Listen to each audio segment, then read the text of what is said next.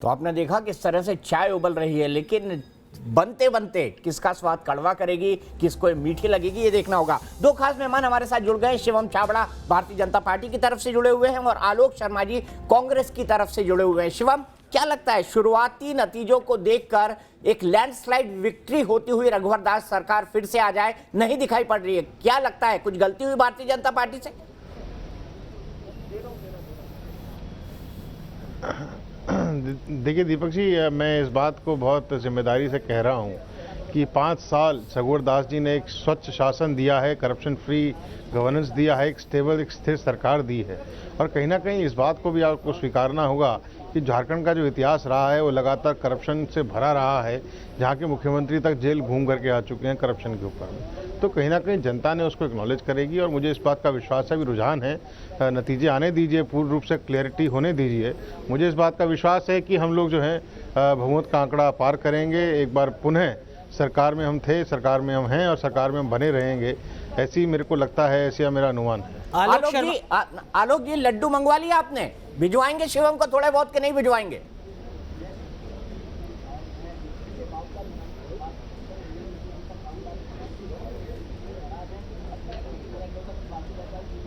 आपको भी और शिवम भाई को भी कांग्रेस पार्टी सबको लड्डू खिलाने में विश्वास रखती है, लेकिन अभी जिस तरह के रुझान आ रहे हैं उसमें ये स्पष्ट तौर पर नजर आ रहा है। देखिए दीपक जी, लड्डू खाने की चीज़ है और सभी को खाना चाहिए, स्वास्थ्य के लिए अच्छा रहता है। जहाँ तक बात आज के रुझानों की है, इसमें पूरी तरह से क्लियर नज़र आ रहा है कि बीजेपी जिस तरह के वायदे कर रही थी उस तरह का कहीं पर वहाँ पर डिलीवर नहीं कर पाई और उसी वजह से आज आंकड़े सामने आ रहे हैं उसमें बीजेपी का जो चेहरा है वो खिसकता हुआ नज़र आ रहा है।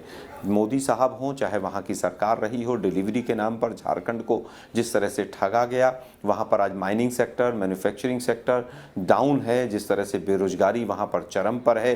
तो आज ये लगता है कि जो झूठ का मुलम्बा और जो राष्ट्रीय मुद्दों का एक आवरण पहना के बीजेपी जनता को गुमराह करती थी, वहाँ पर झारखंड की जनता ने उस गुमराह होने से अपने आप को बचाया है, चिंतन और मनन के साथ बीजेपी की सरकार। लेकिन आलोक जी, झारखंड में कांग्रेस पार्टी कहाँ है? 12 सीटों पर आप आगे चल रहे हैं, आपसे दुगने आगे पर जेएमएम आपकी सहयोगी है और लगभग 3 गुने का अंतर अभी भी बीजेपी और कांग्रेस में है। 31 पर बीजेपी और 12 पर कांग्रेस।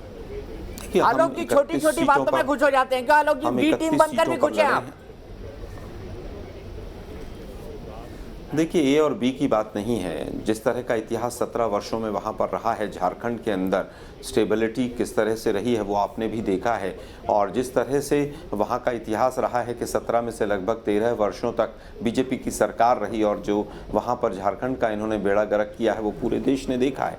बी टीम ए टीम की बात नहीं है। अभी तो देखना केवल ये है कि जिस तरह से बाकी राज्यों में भी ऑपरेशन कमल चलाते हैं बीजेपी के लोग, इस तरह की कोई चीज़ वहाँ पर ना शुरू कर दें। लेकिन अभी स्पष्ट आंकड़े ऐसे नज़र आ रहे हैं कि गठबंधन की सरकार। आपको ऑपरेशन कमल का डर सता रहा है 39 पर आकर?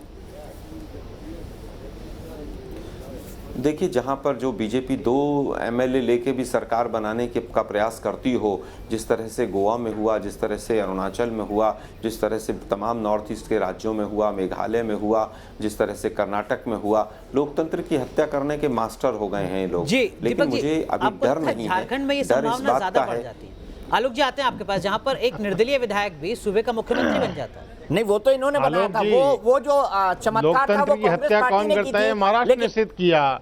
लोकतंत्र की हत्या कौन करना है? कर्नाटक ने सिद्ध किया। ये तो आप बताइए ना सर कि सही मायने में 5 साल के अंदर में स्थिर सरकार देने का काम भारतीय जनता पार्टी ने किया।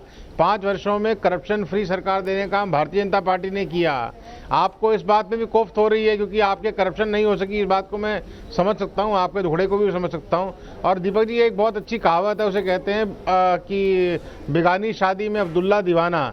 तो कांग्रेस की ये स्थिति है कि आप कल्पना करिए कि दूसरे जेएमएम के कंधे पर चढ़कर सरकार बनाने में वो इतने उत्सुक है, इतने प्रसन्न हैं कि वो राष्ट्रीय पार्टी होने का भी, जिसे कहते हैं ना, राष्ट्रीय पार्टी होने के बावजूद उनकी ये स्थिति है। तो मैं उनको शुभकामनाएं देता हूं और कुछ नहीं करता हूं। लेकिन अभी भी मैं फिर इस बात को कह रहा हूं, ये रुझान है, रिजल्ट नहीं है, रिजल्ट आने दीजिए। हमें इस बात से कॉन्फिडेंट हूँ, रिस्पॉन्सिबली इस बात को कह रहा हूँ कि हम सरकार एक बार पुनः बनाने जा रहे हैं, इस बात का मुझको विश्वास है। रघुवर दास जी ने 5 साल स्वच्छ शासन दिया है, corruption free governance, stable government दी है।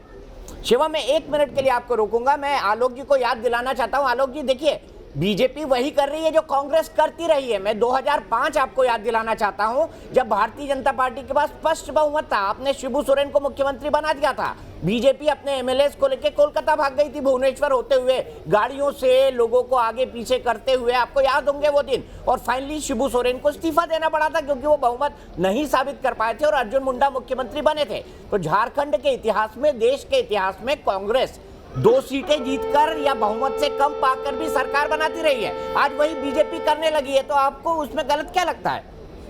सीखा तो कांग्रेस से, विनोद जी भी बोल रहे हैं, सीखा तो उन्होंने कांग्रेस से ही है मुझे लगता कि बहुमत को इस तरह से तोड़ा मरोड़ा जाता है। नहीं दीपक जी ऐसा नहीं है। जिस तरह का अभी आपने देखा कि गोवा में जो हुआ, कि जो मेघालय में हुआ, जिस तरह से नागालैंड में हुआ, सर मैं तो 2005 का झारखंड याद दिला रहा हूं आपको। मैं तो झारखंड टू झारखंड आपको मैपिंग कर रहा हूं। दीपक जी